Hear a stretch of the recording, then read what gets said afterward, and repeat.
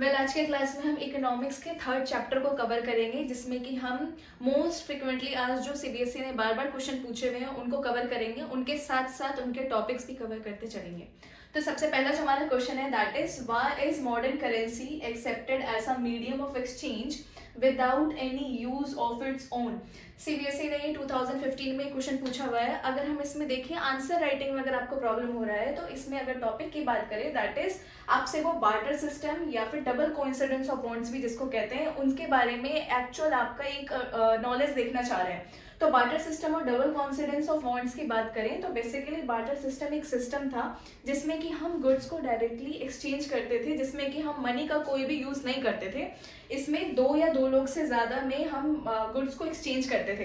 Problem ये था कि इसमें कोई भी कॉमन वैल्यू जो था वो एक्सचेंज नहीं होता था। इसमें जैसे कि एग्जांपल ले सकते हैं कि फार्मर ने वीट के लिए क्लोथ को एक्सचेंज किया, तो एक्चुअल प्राइस जो वीट का है वो क्लोथ का जो था वो कॉमन वैल्यू एक्सचेंज नहीं होता था। तो इसके लिए हमने मीडियम ऑफ एक्सचेंज के लिए मनी को इशू किया। अब हमारे इंडिया में रिजर्व बैंक ऑफ इंडिया जो है वो मनी को इशू करती है। अब पुराने टाइम में क्या होता था, जो इससे भी पुराने टाइम में क्या होता था कि प्रीसियस मेटल्स का यूज किया जाता है या फिर ग्रेन का यूज किया जाता था या फिर कैटल का यूज किया जाता था। प्रीशियस मेटल्स में जैसे कि गोल्ड सिल्वर। अब अपना जो मीडियम ऑफ एक्सचेंज में हम जो मनी यूज करते हैं इसके खुद का कोई वैल्यू इसलिए नहीं है क्योंकि ना तो ये प्रीशियस मेटल से बना हुआ है और ना ही ग्रेन या फिर कोई हम कैटल का यूज करते हैं। और इसको एक्सेप्टेड इसलिए माना गया है क्योंकि ये गवर्नमेंट द्वारा ऑथराइज किया गया है, आरबीआई इसको इशू करती है। दैट्स वाई इसको कहा गया है। इस पूरे ही क्वेश्चन का जो एक्चुअल मीनिंग है that is modern currency accepted की गई है क्योंकि उसकी खुद की कोई यूज नहीं है, फिर भी उसको एक्सेप्ट करते हैं बिकॉज वो क्योंकि वो गवर्नमेंट ने ऑथराइज कर रखी है। दूसरे क्वेश्चन की बात करें तो दूसरा क्वेश्चन है हमारा explain the function of reserve bank of India. 2017 का ये क्वेश्चन है। इसमें बेसिकली अगर हम टॉपिक की बात करें तो टॉपिक है हमारा रिजर्व बैंक ऑफ इंडिया। अब इनके फंक्शन को बताना है। सबसे पहले रिजर्व बैंक ऑफ इंडिया है वही इशू करती है करेंसी को। अब इशू करती है तो सबसे बड़ा मेजर रोल अगर हम देखें तो ये प्रोवाइड करती है फॉर्मल सेक्टर क्रेडिट को।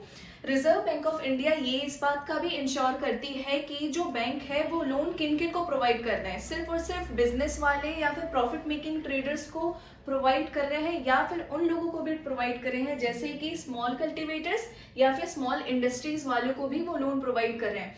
इसके बाद अगर हम तीसरे फंक्शन की बात करें तो तीसरा फंक्शन ये है कि अदर्स बैंक जो है वो पीरियडिकली आरबीआई को इंफॉर्मेशन सबमिट करती है कि उन्होंने कितना लेंडिंग किया है, किसको किया है और कितने इंटरेस्ट पे किया है।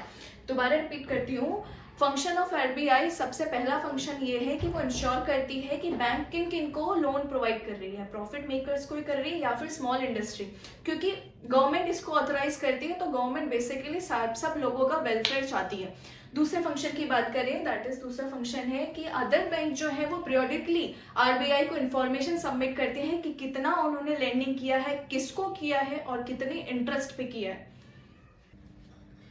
कुछ अदर इंपॉर्टेंट क्वेश्चन जैसे कि what is the full form of BMI. BMI का फुल फॉर्म क्या होता है? बीएमआई का फुल फॉर्म होता है body mass index. Second question की बात करें that is differentiate between UNDP report and world bank report. Why is UNDP report more reliable? World bank report और यूएनडीपी के रिपोर्ट में हमें डिफरेंशिएट करना है और बताना है कि यूएनडीपी रिपोर्ट क्यों रिलायबल है। अगर हम वर्ल्ड बैंक रिपोर्ट की बात करें तो ये बेसिकली ये रिपोर्ट जो है ये सिर्फ और सिर्फ पर कैपिटा इनकम को देख के निकाली जाती है। और वहीं अगर यूएनडीपी की रिपोर्ट की बात करें तो यूएनडीपी जो है पर कैपिटा इनकम भी देखती है, हेल्थ स्टेटस भी देखती है और एजुकेशन रेट भी देखती है। इन सारी चीजों को देखने बाद वो रिपोर्ट को रिलीज करती है। थर्ड क्वेश्चन की बात करें, थर्ड क्वेश्चन है हमारा डिफाइन पीडीएस। पीडीएस क्या है? Public distribution system. Full form है हमारा पब्लिक डिस्ट्रीब्यूशन सिस्टम जो है बेसिकली एक फूड सिक्योरिटी सिस्टम है। इसमें जो है ये गवर्नमेंट के द्वारा ऑथराइज किया गया है। इसमें हम सब्सिडाइज रेट में फूड प्रोवाइड करते हैं गरीबों को, जैसे कि राइस, वीट, केरोसिन उन लोगों को प्रोवाइड किया जाता है जो कि पुअर होते हैं, जो इस चीज को नहीं अफोर्ड कर सकते। तो basically PDS public distribution system जो कि गवर्नमेंट ने ऑथराइज किया था।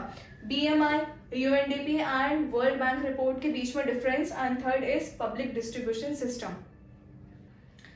नेक्स्ट क्वेश्चन की बात करें तो नेक्स्ट क्वेश्चन है हमारा, what do you understand by GDP of a country. Country के जीडीपी से हमें क्या समझ में आता है। सबसे पहले अगर हम जीडीपी का फुल फॉर्म देखें तो हमारा जीडीपी का फुल फॉर्म है gross domestic product. GDP basically एक कैलकुलेशन है, टोटल प्रोडक्शन, कंट्री में कितना प्रोडक्शन हुआ है साल में, उसी को कहा जाता है जीडीपी। नेक्स्ट क्वेश्चन की बात करें, नेक्स्ट क्वेश्चन हमारा, व्हाट इज डिमांड डिपॉजिट। ये एक तरह का डिपॉजिट होता है बैंक में, जिसमें कि डिपॉजिटर जो है वो कभी भी विड्रॉ कर सकता है अपनी जरूरत के हिसाब से। Next question, what is collateral. Collateral क्या होता है। ये एक तरह का एसेट होता है, इसमें हम हाउस ले सकते हैं, लैंड ले सकते हैं या व्हीकल्स हो सकता है। इसमें बोरोअर जो है वो एसेट लेता है एज अ गारंटी जब तक कि लेंडर उसे पूरा लोन रीपे ना कर दे, इसी को कोलेट्रल कहा जाता है। जीडीपी पूरे साल का टोटल प्रोडक्शन पूरे साल में कितना हुआ है उसी की कैलकुलेशन को जीडीपी कहते हैं। सेकंड क्वेश्चन हमारा, डिमांड डिपॉजिटर क्या होता है। डिमांड के बेसिस पे जब भी डिपॉजिटर को उनको डिमांड की जरूरत होगी तो वो विड्रॉ कर सकते हैं बैंक से। थर्ड क्वेश्चन इज हमारा कोलैटरल। कोलैटरल क्या है, ये एक तरह का बेसिकली गारंटी कह सकते हैं कि वो उसे एसेट प्रोवाइड करता है, अपना घर हो सकता है, जमीन हो सकती है, गाड़ी हो सकती है, बोरोअर को एज अ गारंटी के रूप में कि जब तक लेंडर उसे पूरा लोन रीपे ना कर दे तब तक उसके पास वो एसेट रहता है। नेक्स्ट हमारा क्वेश्चन है, how can the formal sector loans can be made beneficial for the poor farmers and workers. 2016 में क्वेश्चन पूछा गया है। इस क्वेश्चन के थ्रू अगर हम टॉपिक की बात करें तो टॉपिक है हमारा इसमें formal and informal sector. Formal और इनफॉर्मल सेक्टर के बीच में अगर आपको पता है इन दोनों के बीच में डिफरेंशिएट क्या है तो आप इस क्वेश्चन को इजीली अटेम्प्ट कर सकते हो। तो सबसे पहले फॉर्मल सेक्टर समझते हैं। फॉर्मल सेक्टर में बेसिकली ये बैंक कंसिस्ट करती है जिसको कि सुपरवाइज किया जाता है आरबीआई के द्वारा। अब अगर बैंक इसको कर रही है कंसिस्ट और इसको सुपरवाइज किया गया है आरबीआई के द्वारा, तो इसमें जो भी लोन्स दिए जाते हैं वो एक लो इंटरेस्ट रेट पे दिए जाते हैं। बट इसमें जितने भी लोन्स दिए जाते हैं उसके लिए एक एक्सटेंसिव डॉक्यूमेंट चाहिए होता है बैंक को, और साथ ही साथ एक प्रॉपर्टी एसेट चाहिए होता है, कोलेट्रल चाहिए होता है। कोलेट्रल का मतलब होता है एक एसेट दिया जाता है, लिया जाता है, चाहे वो घर हो या फिर कुछ भी जमीन हो, ताकि जब तक लेंडर उस लोन को रीपे ना कर दे तब तक बोरोअर अपने पास वो एसेट रखता है। दूसरा, अगर हम इनफॉर्मल सेक्टर की बात करें तो इनफॉर्मल सेक्टर बेसिकली कंसिस्ट करता है मनी लेंडर, ट्रेडर्स। इसमें कोई भी हमें सुपरवाइज नहीं देखने को मिलता है, किसी भी ऑर्गेनाइजेशन के द्वारा कुछ भी सुपरवाइज नहीं होता। दूसरा, इसमें जो लोन है वो भी हाई इंटरेस्ट पे दिया जाता है। तीसरी चीज, इसमें कोई भी डॉक्यूमेंट की रिक्वायरमेंट नहीं होती है। अब प्रॉब्लम ये होता है कि फार्मर्स जो होते हैं उनके पास ज्यादा डॉक्यूमेंटेशन ना होने की वजह से वो इस फॉर्मल सेक्टर को ना चूज करके इनफॉर्मल सेक्टर को चूज करते हैं, क्योंकि उनको वो इजी लगता है। डॉक्यूमेंटेशन ना होने की वजह से वो चीज उनको इजी लगती है, बट कहीं ना कहीं उनका एक्सप्लॉइटेशन होता है, हाई इंटरेस्ट रेट पे उनको लोन दी जाती है। तो हमें बेसिकली फार्मर्स को और वर्कर्स को फॉर्मल सेक्टर के थ्रू उनको लोन प्रोवाइड करना चाहिए। इससे क्या होगा, उनको जो है लोन जो है वो भी लो इंटरेस्ट रेट पे मिलेगी और उनका जो लोन होगा वो एक तरह से सिक्योर होगा।